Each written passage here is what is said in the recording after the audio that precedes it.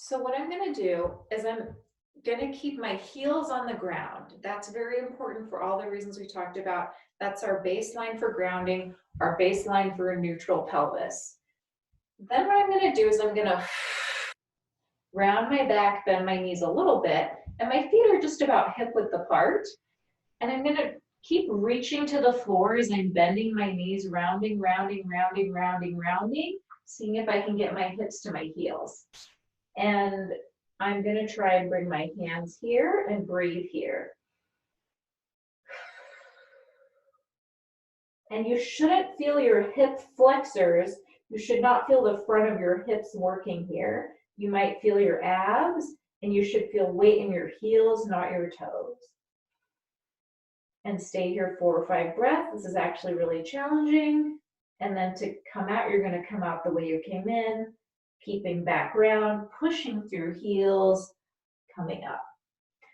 So I'm actually kind of amazed that I was able to do that just off sitting, and that's taken a bit of work to get there. So know that that's the goal, but you might not get there right away.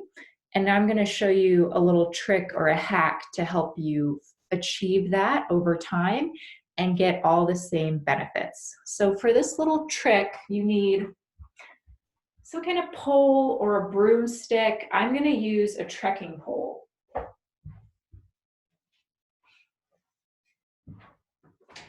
You also need a doorway.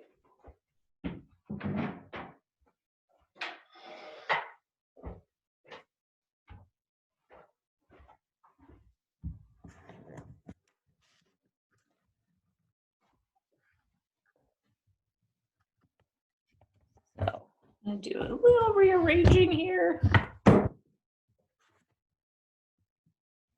Okay, so this is my doorway.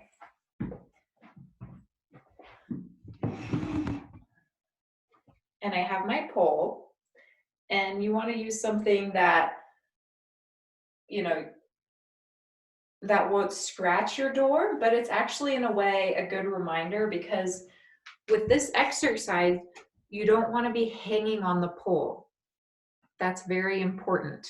You want to be almost reaching it away from the door, and you'll see what I mean here in a second. I'm going to see if I can get a little better angle here. Okay. So I'm going to take the pole and I'm going to put it through the door. So the pole is in the door and I can kind of stabilize myself with it. Then what I'm going to do is I'm going to step back a little bit so that the tip of my shoulder, that bony part that sticks out at the top of your shoulder, drops right down over your midfoot, over the middle of your foot. So I'm already forced into a little bit of flexion here.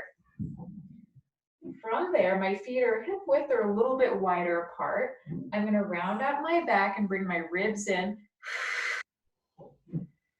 So this is a great place to start and just practice breathing into your back. And I'm not hanging on the pole.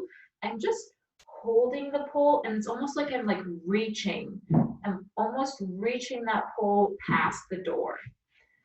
And I'm going to step back a little bit to just keep that feeling of reach.